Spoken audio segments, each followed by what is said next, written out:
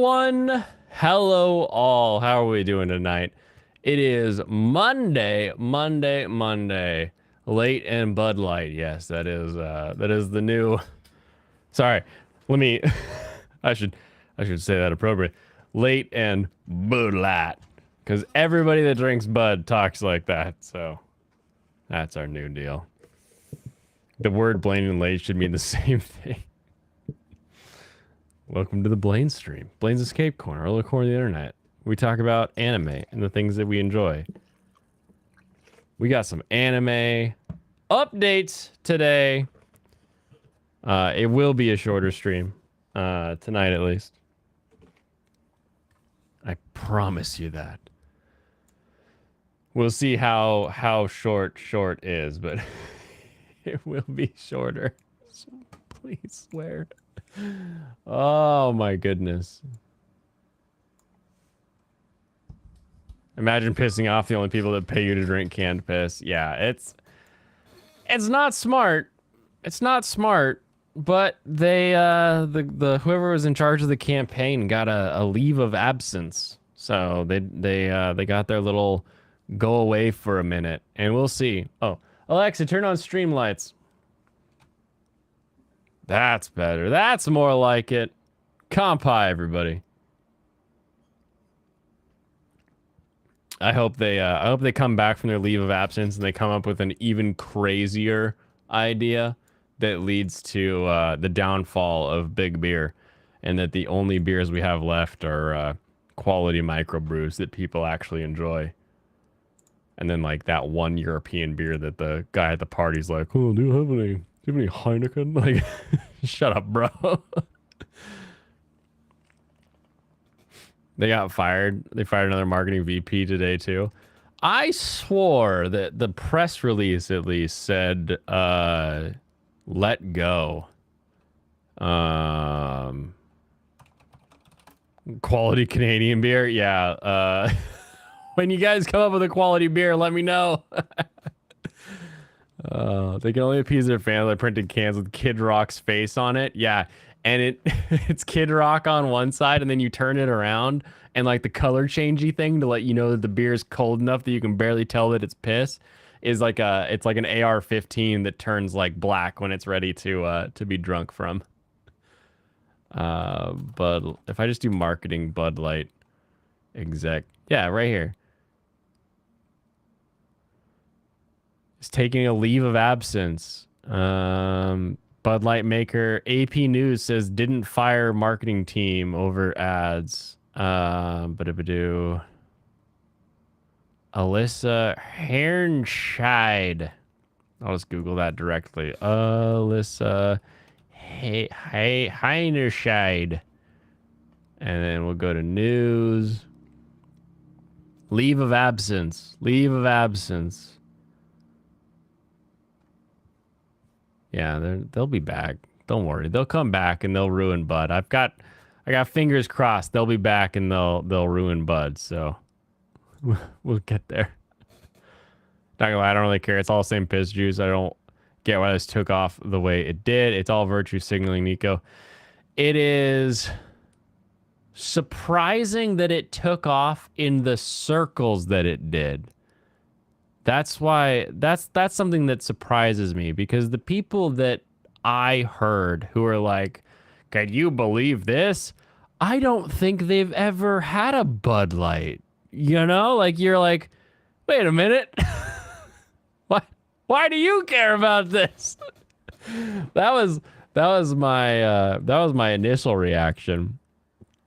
But no, the actual Bud Light drinkers, like I feel like most Bud Light drinkers who actually drink Bud Light and they have their Bud Light while they're blowing their Bud Lawn, they don't care.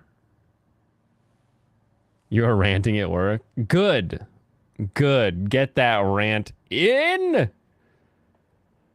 Get it in. Get it done. I feel like I missed something here. Wow, maybe I've got a good amount to. Oh, that's right. My my Annie list didn't update when I used the Ojo app, so I ended up having to like change a bunch of things to actually watching. We know about ranting around here. Thanks. My life's a rant. You've been drinking Young Lung for years. Didn't know I was cool before it was cool. That's actually my like grandmother's maiden name, I think. Or no, was it her maiden name or her mom's maiden name? Anyway, great grandma. We always called him Yingling as kids, but then like we found out it was like, oh, I was supposed to call it Young Lung. I was like, oh, okay, whatever. Mother Ever's filling up an end cap of Pringle when the sale ends in 18. No, you gotta let them finish filling up the end cap and then make them unfill the end cap. But they have to do it one at a time. They get no dollies. Like you gotta get this. You gotta make it so painful that they have to. It's the last day of the sale. Make sure the last person that shows up has all the choices. Don't make it look like people were taking advantage of the sale. Oh man, I would love to hear that. I need Alex. I need you to have like a YouTube Shorts or a TikTok or just some kind of short form, like a Vine, where I can just have you be like, these motherfuckers packing in this end cap full of Pringles. Look at this, and you hit the turnaround button, and we like see like this packed thing of Pringles. You turn it back around. There is 10 hours left in this sale, and now all of the Pringles are here. And then like you turn it back around, and we're on the aisle. And the aisle's like empty, and you're like, they have to fill this. Like, oh, that would be some good. That would be some good content. Is this live? Yes, it is live. How live are you? I don't know how live you feel, but I feel pretty live today. Been living it up. Who are you talking to? So even on Twitch, you should see little restream bot things that say like Shum, Alex Moore, that kind of thing. They go back and forth. So like people on YouTube will chat something and it'll get popped over to you. Can't fool you. Can't fool you saying what? You're pretty labble. Yeah, exactly, Jemmy. We're all labble. We're all a little libel. I mean, at the end of the day, right? He's just crazy. Don't engage. Don't engage with the rug. No, I'm not talking to myself. I'm talking to you guys. I'm getting my anime reviews prepped and ready. How many people are on YouTube? Participants, I've got 1, 2, 3, 4, 5, 6 participants on YouTube.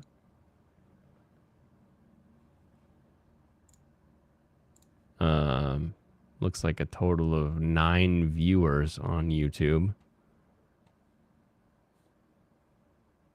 Definitely doesn't have 8 views. Shame on me. Well, I mean, what does your wife do?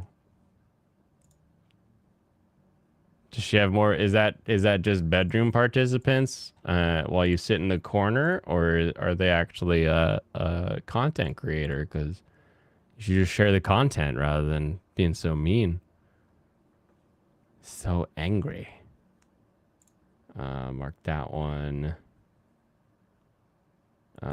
This one. Where did it go? There you are. Do.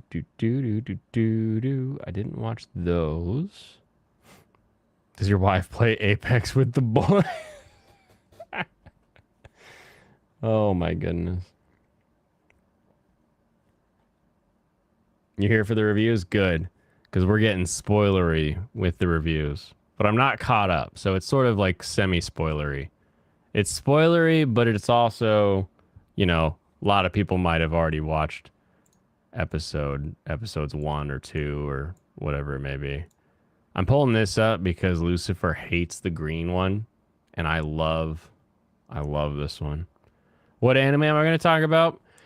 The current 2023 season, we are going to be talking about the what have I been watching, what have I caught up on all this weekend, and sort of do a show by show review where we discuss.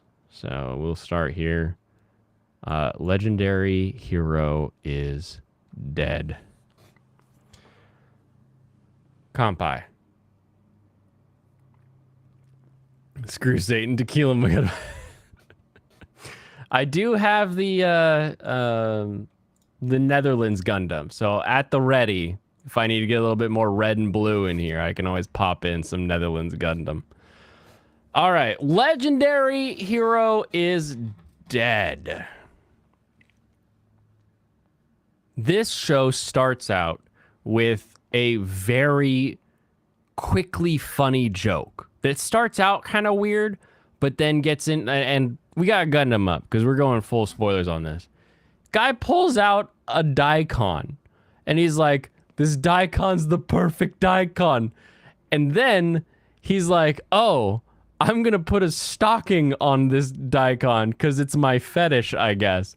And his like childhood friend is like, what are you doing? And he's like, I see a daikon that looks like a thigh. I have to put a stocking on it. And you're like, what the hell's going on around here? It's a vegetable, bro.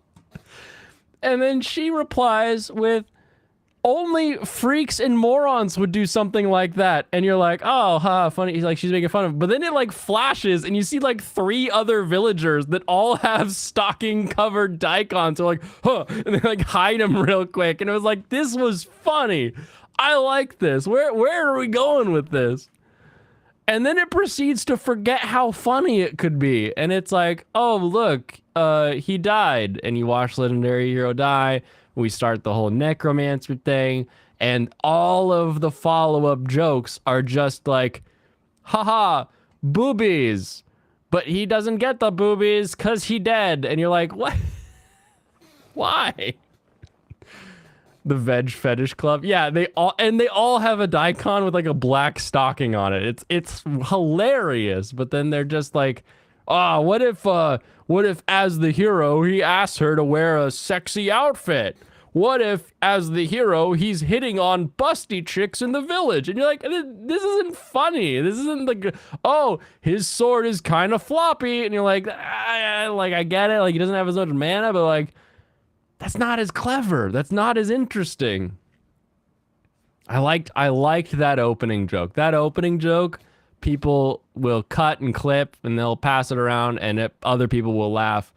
The follow-up, though, not a good follow-up for how funny that initial joke was. That's my view on that. First rule of Veg Club, don't talk about Veg Club. Got it. Floppy sword for the ladies. Kenshin carrying around random veggies. Yeah, if he cuts it in half. Episodes 2 and 3 are worth checking out. I'll probably still check it out. We both agreed that it was at least and I say both. Waifu and I both agreed that it was at least interesting enough to watch. But this is like real mid pack. Like I've got 1, 2, 3, 5 other shows that if I have a new episode to watch, I'd rather watch them than this one. So still going to be on the list. Still going to get it finished by the end of the season, I'm sure. Not a high priority on any given watch day though. So we'll see how far we get in it.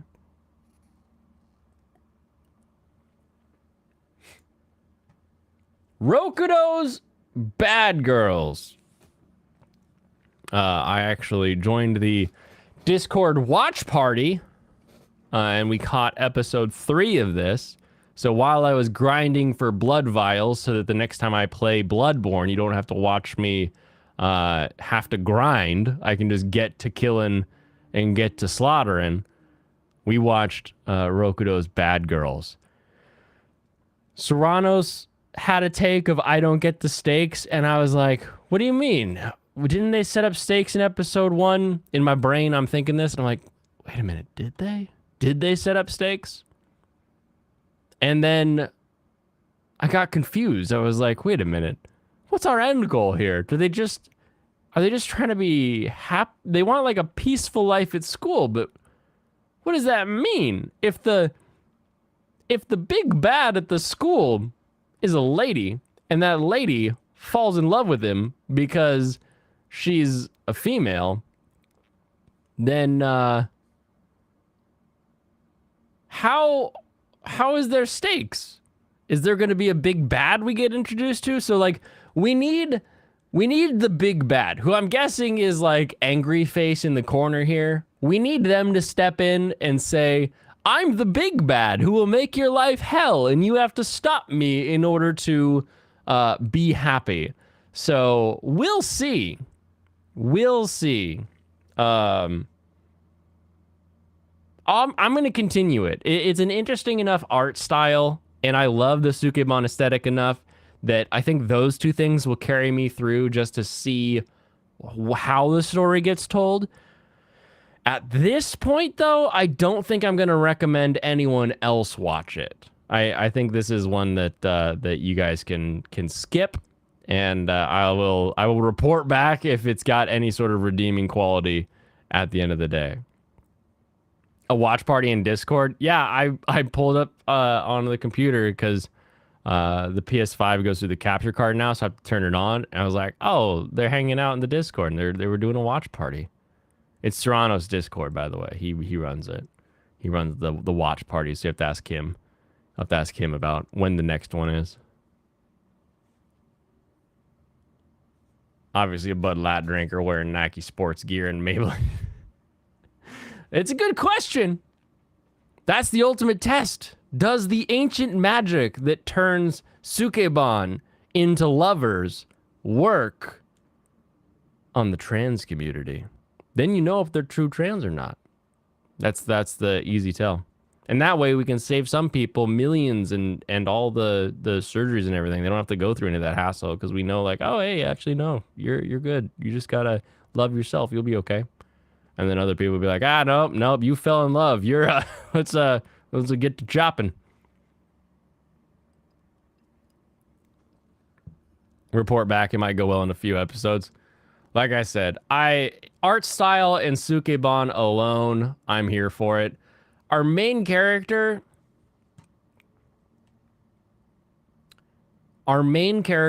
is having an arc, which I appreciate. They start out only getting their ass kicked, and then they have their moment of, I'm tired of getting my ass kicked. And I think that's an important moment as long as it continues. So as long as we continue down this path of, I'm tired of getting my ass kicked and I want to fight back, even though I'm weak, I'm going to use the tools at my disposal. But he is still weak. So we haven't seen a full transition into him being like a strong help me kind of guy. So we'll see. Since they're remaking Nightmare on Elm Street, does Freddy go in the dreams of the dreams of trans women? Probably. I mean, the Freddy don't care. Freddy's going in any of those dreams, making them nightmares. Back from Philly. How many pounds of Philly cheesesteak did you eat? I feel like if I landed in Philly, I'd have 5 pounds of cheesesteak eaten in the first day. I love Philly cheesesteak. And that's just the Philly cheesesteak that either I make at home or, you get some transplant who's like, I used to live in Philly, then I moved out here for like Boeing or something. Now I run a Philly cheesesteak place. Like, I love me a cheesesteak. Amen. Amen. Should have stayed another day and met Nick. Flawed Man of God. Stu already knows Nick. That's he's got the in.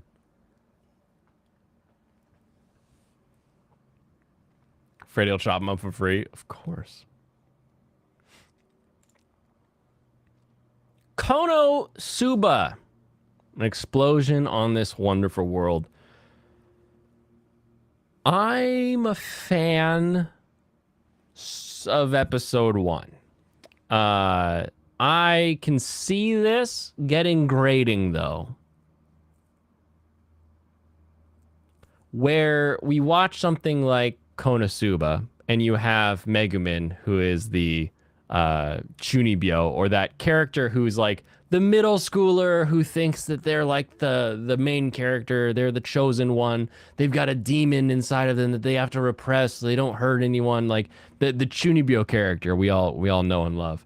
You have Megumin, who is that in the original Konosuba. We have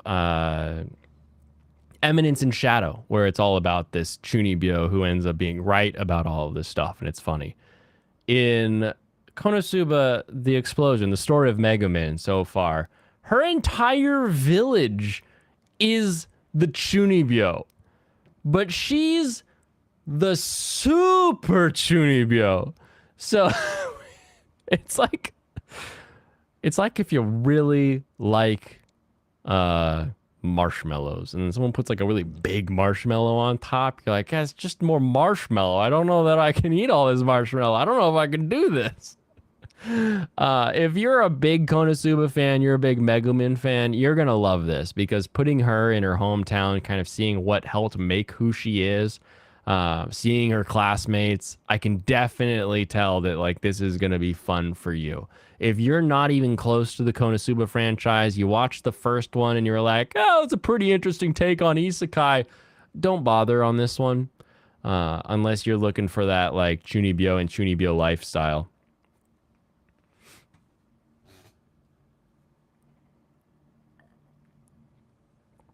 You saw Nick posting that he wanted to hang out in Philly a bit earlier. Nice. 2 and 3 were really good. If you go to Philly, I'll let you know where to go. I will hit you up when I go to Philly.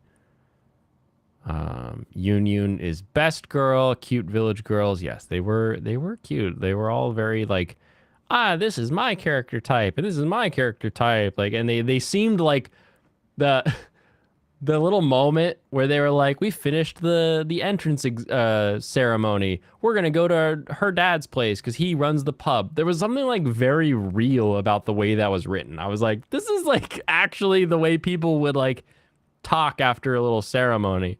And then you had your double Chunibyo hit from the 2 characters in the class. And you're like, oh, that's right, I am watching anime. But it was pretty well done. God, you need to get out and watch more anime, Blaine. Wait, why? Why do I need more? You wish you had s'mores right now? Oh my gosh. When I was in Vegas, I had the best little s'mores thing. They took the graham cracker, like really thin, and like rolled it into a cone and then chocolate dipped the cone and then like baked it or something like that. So you had this little graham cracker cone dipped in chocolate that they then piped marshmallow into and then toasted the top of the piped marshmallow. Oh, it was like this little ice cream s'mores cone. You were just like, so good. Now I like realism in a high school setting. I see how it is. What do you mean now? I liked the conversation they had.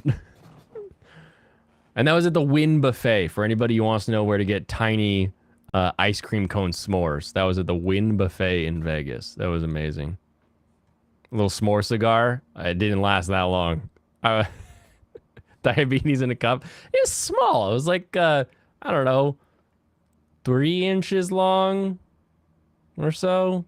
I don't know. It felt tiny. It was a 1-biter. Diabetes. All right, Oshi no Ko, 2nd episode. I always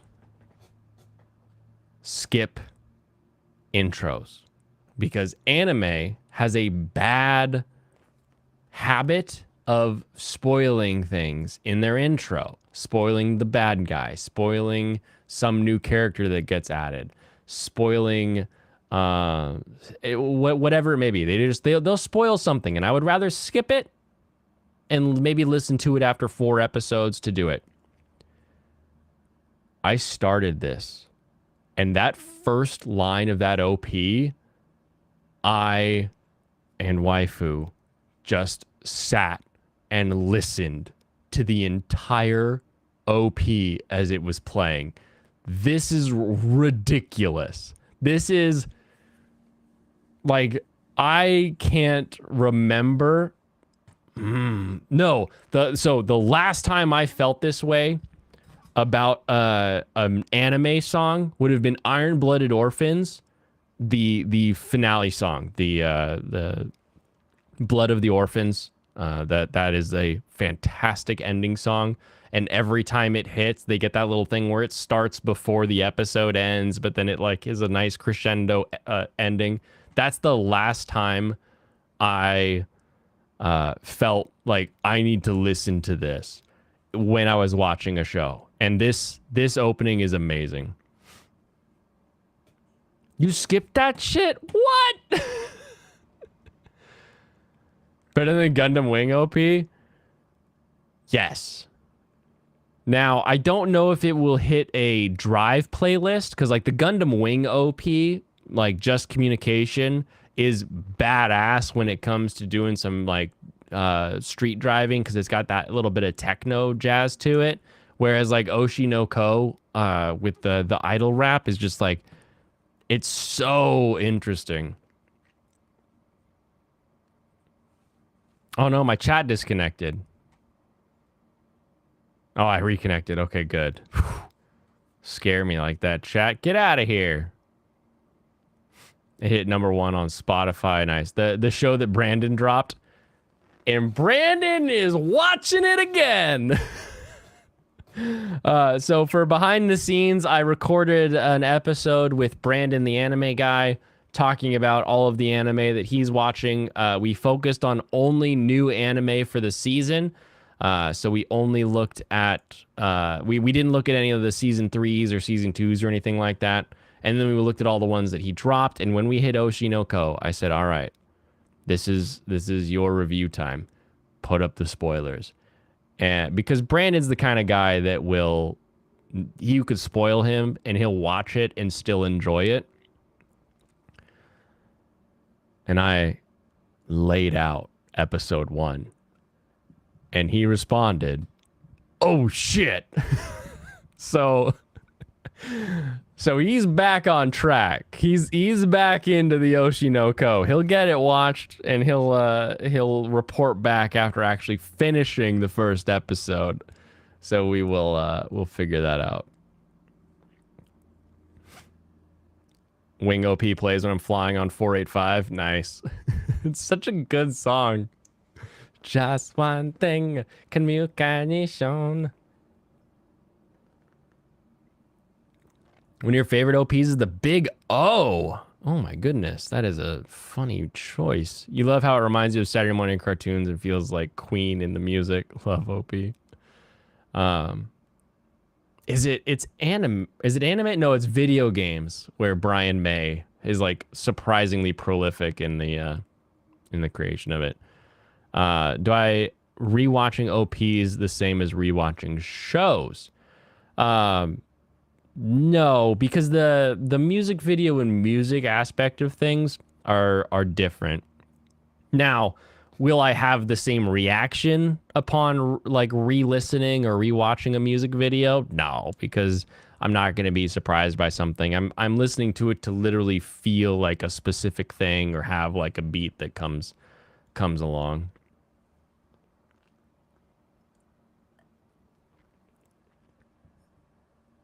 Just Wild Beat. No, it's just one thing. It's always just one thing. Trust me. We got a lot of good themes this season. That's what I'm hearing.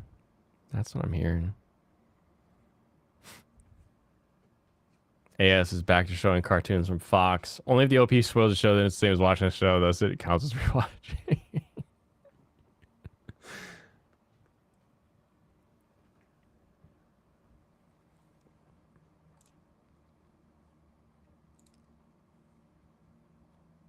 My love story with Yamada-kun at level 999. I'm caught up. Episode 4. It's cute. It's kind of exactly what I thought it would. Checkmate, Blathiest. Yeah. Uh, there was a moment. There was a moment where waifu turned to me and said, because they have an IRL meeting, like the guild gets together in real life. Um, she turns to me and she's like, who's that in the game? And I was like, are you serious? Like, of course it's this character. And she's like, no, it was that character because of course it was. And that was a pretty funny section. I think they leaned into it a little too hard. However, I do like I like some more of the backstory that we're getting to the entire guild as a whole. That it's more than just a guy and a girl who play an MMO together. That we're getting that sort of group dynamic that you get when you play an MMO. Like if you've ever played a game, even back when I was playing Halo on the PC, I was in a clan that did like tournaments and stuff, heavy weapons things, and you would still like kind of communicate. We had our group forum, like we would team up, we would play this other game together. Like you get this group dynamic anytime you have sort of a guild or a group of people.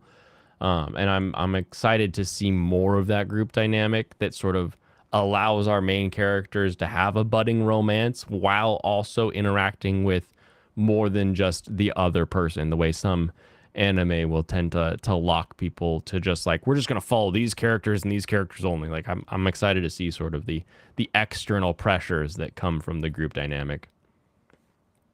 Entire guild, 5 characters.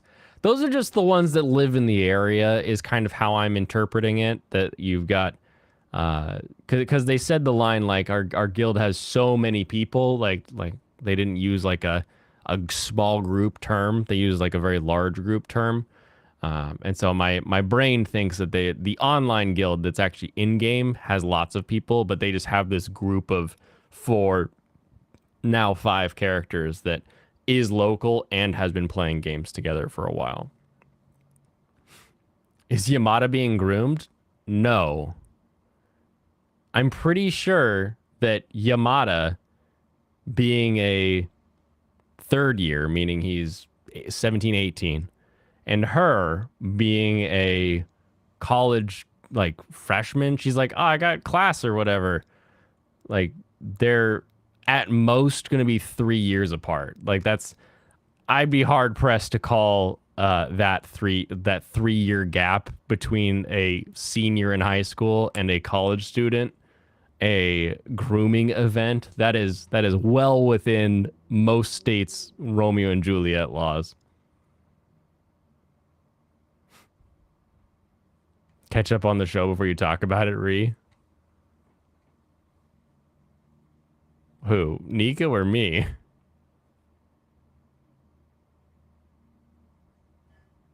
It's like a bajillion for Twitter. Of course it is.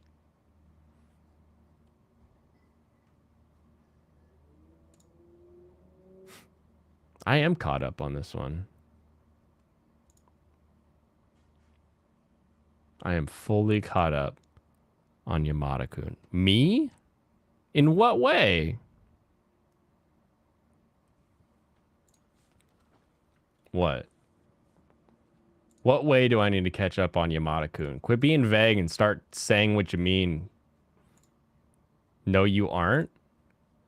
What do you mean, no, I'm not? There's only 4 episodes. What, you want me to read the manga or something? I'm fully caught up on Yamada-kun.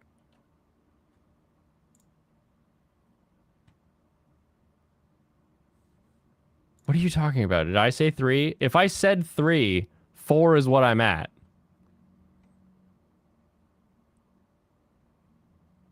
Yeah, Akane is older. Like 20 and 17. I just said 3 years! Is that not the words that just left my mouth? 3 years! Well within Romeo and Juliet laws. Michael and Nico, you're in a state where Romeo and Juliet laws are like a decade and a half. Remember? We looked it up. We were like, oh, what is this? And you guys like changed your Romeo and Juliet laws specifically for like butt stuff.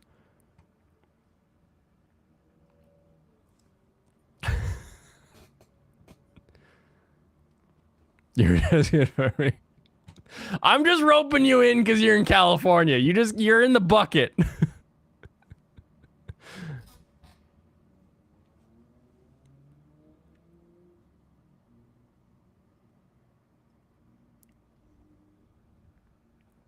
Romeo and Juliet laws are weird to me, but I understand why states need them. It is odd to codify it. Is it odd to codify it, or is it odd that we even need them in the first place? No, I think it needs to be codified. I think that's important. Wait, what did I get into? It's not a Demon Slayer review yet, I can tell you that much, Whoopa.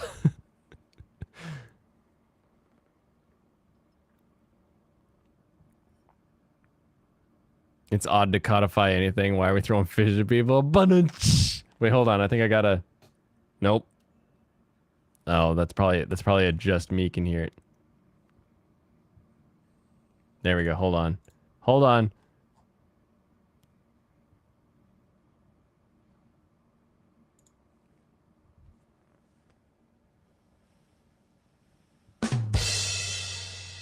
Got it. Got it. Isn't fish throwing illegal? No, we throw fish all the time in Seattle. We literally have an attraction where you order a fish and a guy throws the fish at another guy who catches the fish, wraps it up and sells it to you. We're the fish throwing capital of the world, baby. Oh, man. Okay. Demon Slayer Kimetsu no Yaiba Swordsmith Village Arc. I gotta spoiler gun them up. If you haven't watched the latest episode 3 of Demon Slayer, the Swordsmithing Village arc, or you haven't read the manga and you're worried about getting spoiled, mute for a minute while you see this. You went to Seattle and confirm it's customary to greet everyone you meet by throwing a fish at them. Nice. Knock it up, you know what's gonna happen. Yeah, that's why I clarified with manga. Weird, creepy demon guy who's like old and shrivelly finally makes his move. The sword that we found last time is all rusted out and is gonna get like corrected. Number 2 in Japan. Really? Number 2? When they first beheaded this guy, the old creepy demon guy, who's like, I'm scared, and then between Nezuko and the mist Hashira, they were able to chop the head off, but it was quick, and you're like, it can't be all of it.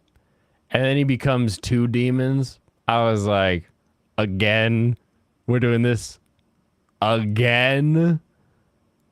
But then it turns out not to be the same idea where they just have 2 demons that are smashed together and they're doing it. There's something else going on, and they're sort of more like a Hydra type demon where every time you chop it, it splits.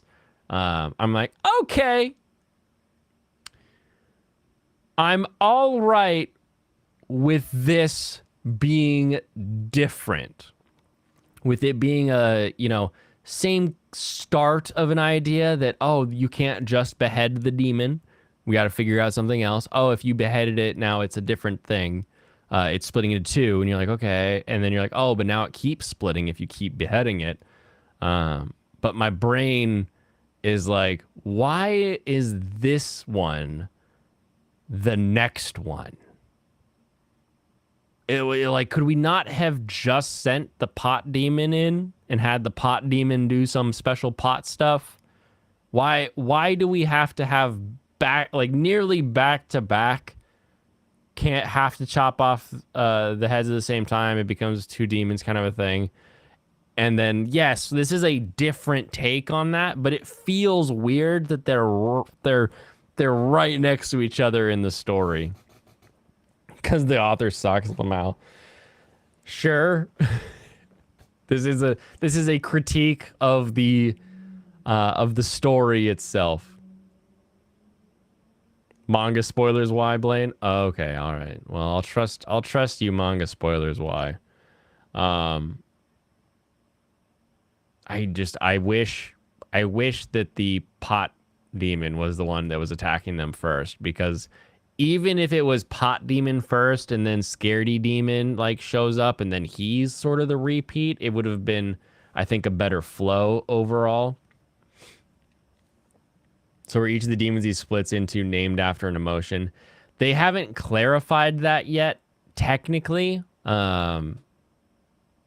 Tanjiro notices that they get younger, and then like they all have, or the one sticks out its tongue and has like was it joy written on its tongue. So like they've alluded to that fact at this point. So if you're not paying attention, you wouldn't know. But if you've got eyes and you're watching the anime, you'll be like, oh, look, it's like they're all emotions. You'd figure it out by the angry one that shoots lightning. What was the other one? I forget what the other one that he splits into first, but then the joy one that can fly away. How fly away, oh glory. Yeah, it's obvious that that's sort of what the demon's powers are, but it isn't like they haven't said, of course, his power is emotions that he splits in. They haven't said that, but I'm sure someone will at some point. Just call the medicine seller from Ayakashi. Yeah, good idea. You love I Fly Away? Good. I hope you enjoyed Creed sings I Fly Away.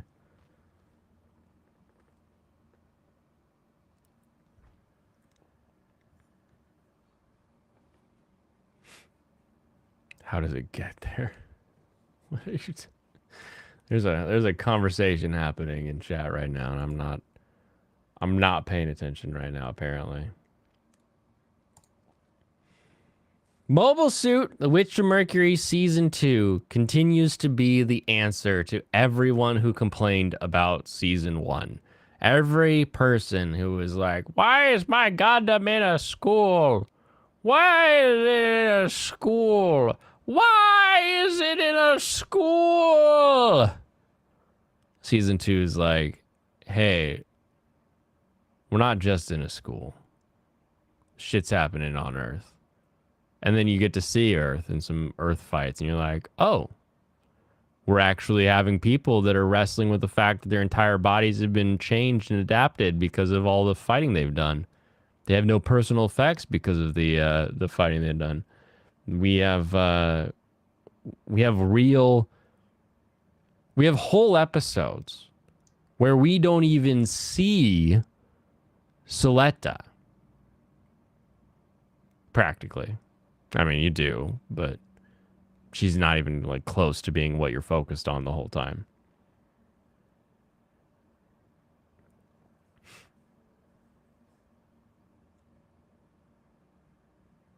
Media says we were all questioning its sexual tension. I think if you said Gundam but with lesbians, most people would be like, yeah! But then when you stick it in a school setting and you carve off the interesting intrigue of Gundam that is using the robots as an analog for some sort of larger conflict, you sort of remove what people like about Gundam. The first season was good when it was using Gundams as an allegory for corporate espionage, for businesses that were competing. That's when first season was good. First season was meh when we were talking about the kids from Earth are being bullied. It wasn't very great. So now season 2 is saying, all right, now we got straight up Earth people that are pissed at space people, and here's how we're going to encounter that. Put up the Swedish Gundam. All right. Wait, I'll do you one better. I'll do you one better.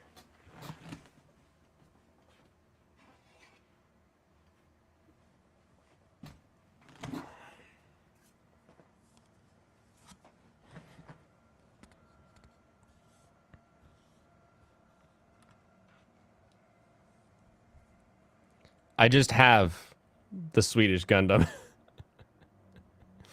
right here in Berserker mode. Yeah, that's right. Clipping that for the old spank bank. Nice. I hope you enjoy that one. That's the Gundam from the building stream. Yeah, and since that stream, I've now added. I found a Leo on sale. Like, I've got more. We need to start doing more build streams. So we'll probably get to that this week. But we'll get there. We'll get there. I'm just excited that Gundam is starting to get back into the what is the results of these conflicts. What is the effects on people, and how do we solve that with giant robots punching each other? I'm glad that Gundam is getting back to being a Gundam. Upsetting that it took a month or a season, but you know, sometimes some writers, they're cribbing notes off of somebody else and they're like, oh, wait a minute, I'm a Gundam. I did not just copy Rose of Versailles. Let's. Oh man. Welcome, Dragon Rose. Welcome to the ending of the stream.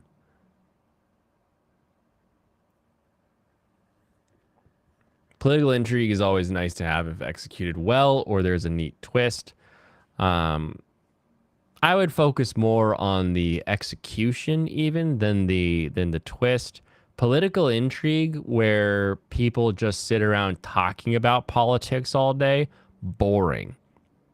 Political intrigue where they are in a room and they say, why isn't so and so packing their stuff, and they're in the military, and the response is, he doesn't have any personal effects. You're like, oh, okay, we got some characterization building here. I like where we're going.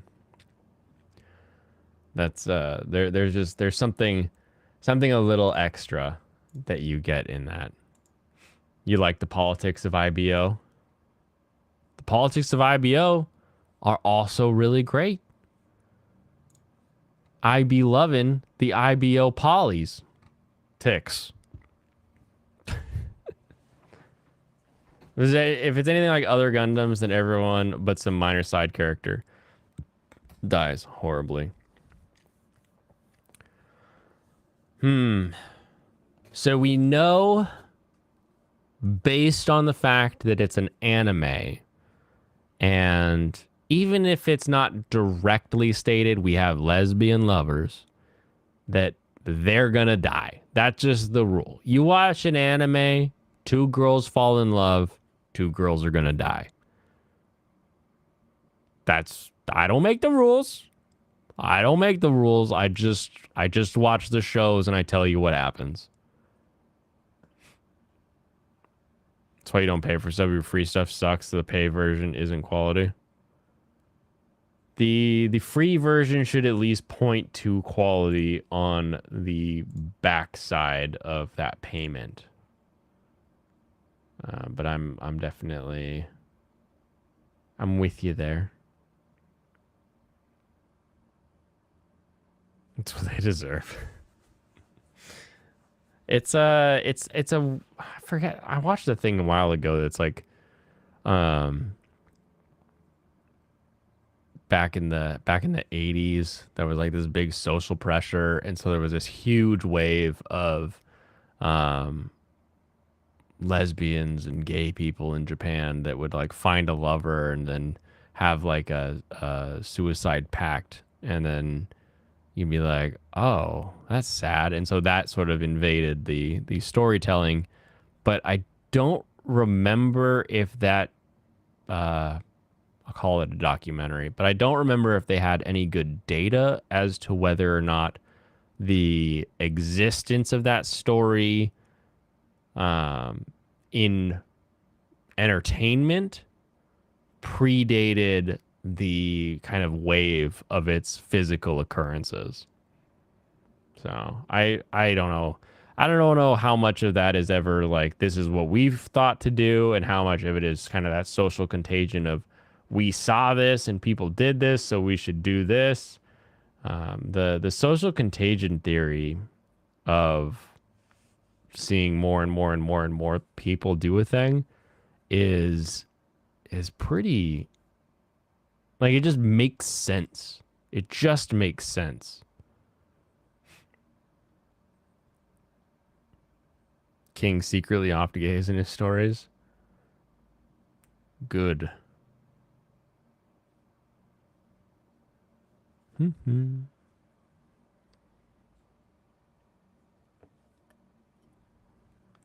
Hey, shit, Blaine, what did I do?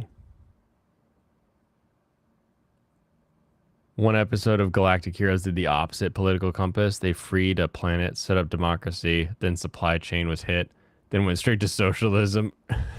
You enjoyed that? Oh, man.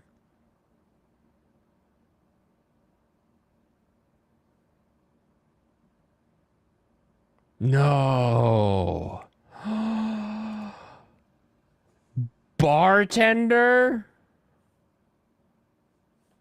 Oh no. Bartender, Glass of God, TV anime to premiere in April 2024 with Crunchyroll streaming. It's getting a new anime. A new visual and the anime's main staff. Suntory is cooperating with the show's production, so they'll probably just only have Suntory libations. Oh, no. I hate this show. Okay, Bartender. And you're like, I like drinks. I like cocktails. I like going out for cocktails. I like watching anime about drinks. I like watching anime that makes things. I like Wakakazoke, where they tell me about food and drinks. I like My Wife is a Drunk, or whatever that show is called, where the wife comes home and the guy makes her a cocktail, and they talk about how like, this is what I made in the cocktail. And you're like, oh, I get like a cocktail recipe with every time I do a thing. This has got some work to do to be good. This show starts out with like a monologue about like, when a weary worker is done for the day, then they look for solace. They turn to a bartender. And then they're like, oh, look at this bartender. And then you follow this chick who goes in to a bar, and the guy's like, oh, or she's like, just make me something. And he's like, I'll make you this fancy French drink. They don't tell you what's in the fancy French drink completely. They just tell you kind of like the generic, like it's a champagne cocktail kind of a thing. And then he makes it and gives it to her. And she's like, how did you know this is what I wanted? And he was like, well, because I served this to you in France however many years ago. And you're like, how old is this guy? And he's like, oh, he's a magical bartender who can remember what drink he made you, and he can always make you what you need. Great memory guy. And then the lady who gets served a drink is suddenly silhouetted, and there's a spotlight that comes down on her, and you can't see anything else. She's just spotlighted, and she's like, this is a story about a man who hates bars. And then it like kind of, she gets shoved to the side of the screen, and then it opens like a curtain kind of opens, and there's a guy who's like, we gotta renovate this bar, so find me a bartender, and I blah blah blah. And she's like, he hates bars, he hates the look, the feel, the smell, the blah blah blah. And then you have this story about this guy whose job it is to renovate a bar, who's looking for a bartender, and then eventually stumbles upon our magical bartender and realizes the beauty of a bar, like, oh, this is why people enjoy bars, because he hates bars. He hates bars. I looked like an idiot when I went to a bar and ordered a beer, and everyone made fun of me. And then he gets turned around by having a moment with this bartender, and then it's all narrated by the chick from the opening scene while she's like spotlit. And she's like, here he is walking into the bar. Like, and you're like, what is going on? And then at the end, during the credits, you get a bunch of like little recipe cards that are like, here's the drink that was made, here's the drink that was made. And then the guy makes like a bar that like people like. They're like, yeah, I found out what's nice about bars. And you're like, what the hell is this? That was episode 1. I can't believe this is getting a remake.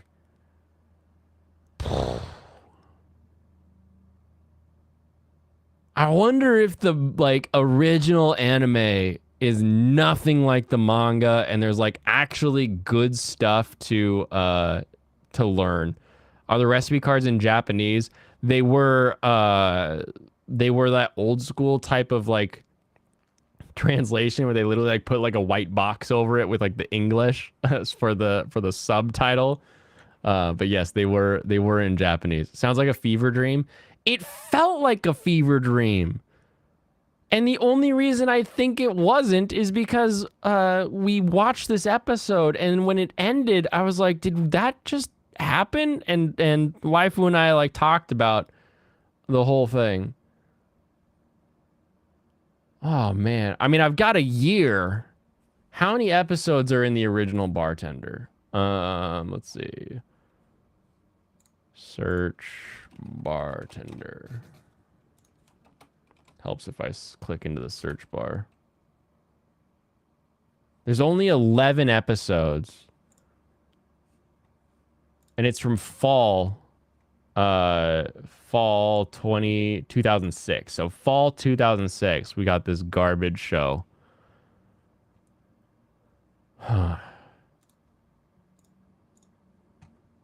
What in the world?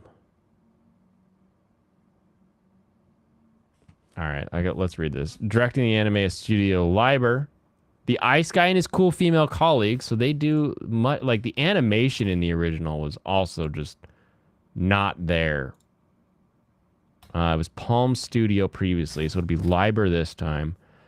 Mariko Kunisawa did Bookworm. Yoichi Ueda from Gangsta. Gangsta's got some good character design. Okay. Sun Tree is cooperating the show. Crunchyroll also announced on Monday that it'll stream the North American and Central.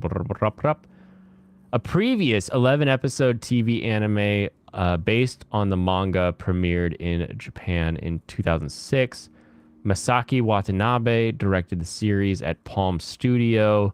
Imagawa wrote the scripts, was in charge of series composition. Hirotaka, art director, blah, blah, blah, blah, blah. Shout Factory and Anime Limited released the first anime Blu-ray disc in 2021. The company's drive series, situated in the Ginza district of Tokyo, is the Eden Hall, a quiet bar that a few people manage to come across. It is run by the legendary bartender Ryu Sasakura, a genius at mixing the right drink for the right customer. Throughout his period at Eden Hall, customers from all walks of life, carrying all sorts of burdens, arrive for a godly glass at the hall and a kind word with Ryu, both of which assist in clearing their problems up and reviving them for another glow at life.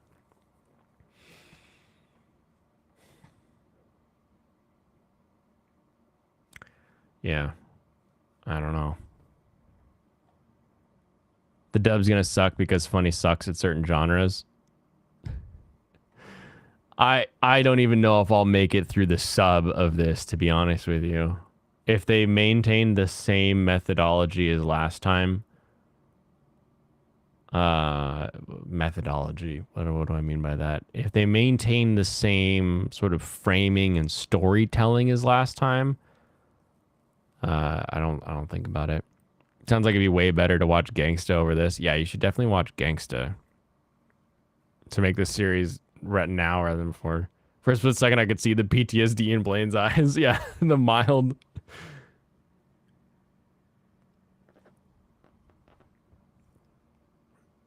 Bartender remake, Blaine most affected. Yeah. No, not a second season, a remake. Nico, are you the only other one here who's seen the original Bartender? I can't believe they're giving it a remake. Gangsters 100 out of 10. Now you're just making up numbers.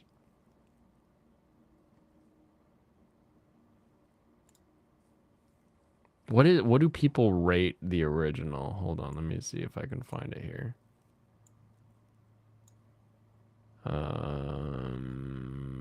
Score distribution. 70%. So the original out of 100 has 1,000 people giving it a C or a 7. You've completed it. Nice. So I'm giving it an 80. Oof. Oof. What a waste. Yeah. Right. What a weird choice. What a weird choice. Cheers had an anime? I don't know, did it? We'll wait for tier list for Bartender. All right. We'll wait. That'll take a while. Oh, I've got a Rumble chat. Shalom, Goyim. Ever wonder how we get politicians to push trans terror gay pedo agendas? And it's a YouTube link. Thank you, Meme Savage, for sending your shaloms and knowing that I am a Goyim. Japanese cheers would be different. It would be similar though. I like Japanese bars. They're very, very fun. The difference with a Japanese bar is you wouldn't have a recurring cast of characters. It would be different people every time. Every time it'd be a different group of people, but they'd all still be just as friendly as like, hey, welcome. Like that would happen every time. They just wouldn't know the person's name. Because the Japanese bar scene is very, very gregarious, we shall say. Definitely click on that link on possible negatives of whosoever. It's a YouTube link, so it's on YouTube apparently. Thank you, Rumble Chatter. The fight for our foreskins must never cease.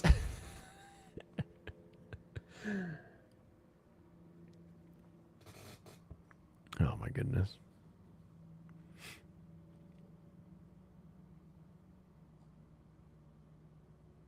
Bar. I love that. I am getting some fun out of reading the Annie list tags. Bar. Partly or completely set in a bar. 100% bar. 84% episodic, 82 seinen, primarily adult. Should be close to 100. I don't remember any kids. Oh, I guess they do. Well, no, because even when they flash back, he's still old enough to get whatever. Strangers being social and friendly to you sounds like my worst nightmare. Oh, it's so great. Spoiler tag. Office lady. Of course it's a spoiler tag. 100% certified bar. Dropping bars. It's bar time with the bar show. All right, everybody. Those are the reviews from everything I've watched this weekend. Make sure you smash that like button like it's a iron-blooded orphan and you're Earth trying to keep them oppressed. Share this if you know anybody who needs to hear about shows to watch for this season that may need a little little review push. You can share that. I'll be making shorts of most of these, I think, tomorrow, so we can get that around. Have a wonderful rest of your evening, and I will catch up with you all tomorrow for Tuesday. Probably do Bloodborne tomorrow so that we can finally beat the blood-starved beast. We can get into the Chalice dungeons and I can finally build my Beast Claw build. Have a wonderful rest of your evening and I'll catch you then. Keep an eye out for my Twitter and Discord. I will be posting once Brandon has our episode cut and uploaded so that you can see my thoughts on his drops. Have a wonderful rest of your evening. I'll catch you then. Kampai.